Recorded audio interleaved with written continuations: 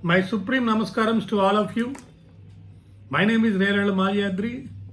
I have been practicing as an advocate of Honorable Supreme Court and Honorable High Courts of Andhra Pradesh and Telangana after my retirement voluntarily as a district judge in Andhra Pradesh. Today, I will be discussing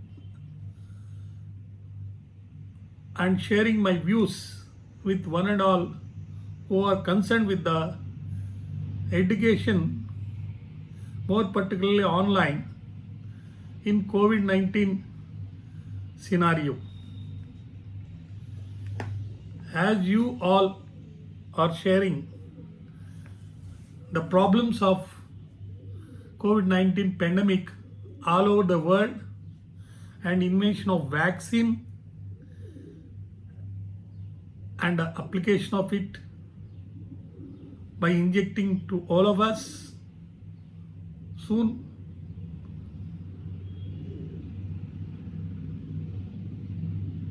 Online studies are going on, but the science students are facing lot of inconvenience. It's worrying that some of the schools, especially in the areas or places where one category there is no COVID-19 effect and another category where COVID-19 is virulent and very seriously affected, like in Delhi, wanting for conducting of examinations on time or conducting the examinations after completion of online studies. I am not in the challenge of understanding online studies, but I am of the view that we all should be fair in educating the students, especially undergraduates, more so in the area of science, including chemistry, physics and botany and zoology. Okay, are we fair in asking the students to go for exams after completion of their online training or education, especially for the science students? Although online classes are being conducted, we can say very well that they are not the real thing. In most of the cases, students are not touching the books at all. In respect of science students, they did not even touch the single equipment which are available in science laboratories. So how can we expect the students, even though syllabus is reduced to an extent of 30%, to go for examinations, more so in respect of practical examinations?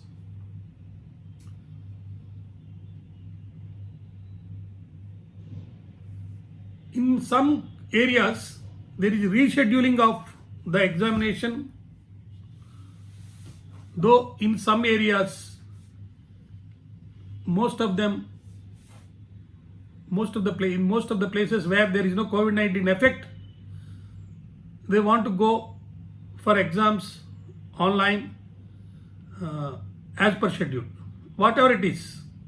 Now the point is, when a student completes his education online without even touching a single equipment in their science laboratories, are they competent? I now discuss and want to give some small advices both for the administration and for the students and for the teachers. First of all, we must educate the students to have more opportunities to learn online and make them to use those opportunities by making available of scientific gadgets which are necessary, not merely the cell phone or TV, but more than that. With this, we can advise them to have knowledge of studying tips and also some more advices in making studies online. We must ask them to have some or set up some study space. They must have a study space properly, not merely a desk to sit, but an enough space to lay out the papers and books that are necessary for going online or for understanding the classes that are going to be taken up online, keeping the relevant books there itself. If you need some basic snacks and water also, you can keep them so that you can stay nourished while you study. Please turn off all other gadgets except the gadgets such as mobile or TV, whichever is necessary, and avoid the talking to anybody, including your family members or family members using the internet to unrelated tasks, so that a student can focus on study it's only. Then you have to review your notes and notebooks. Review by organizing the books and review all the important points you have noted and read the portions of the textbooks where you are having doubts. If you are studying for a test, make sure to have any notes in front of you about what subjects and topics are expected to be on the test. Then thereafter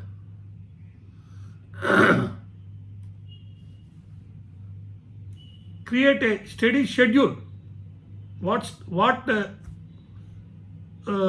is your plan of studying? Then you can start or join a study group. If you work well in group settling, considering starting or joining a study group. It's a way to collaborate with others, ask questions and help others with things they may be struggling with. Teaching the material to classmates can be an effective tool for gaining through understanding of the topics. Thereafter, important thing is take breaks. While studying is important, so is for taking breaks.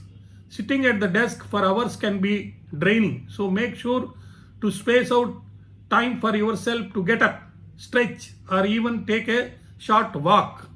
A burst of exercise can help you clear your head and get motivated for another round of study.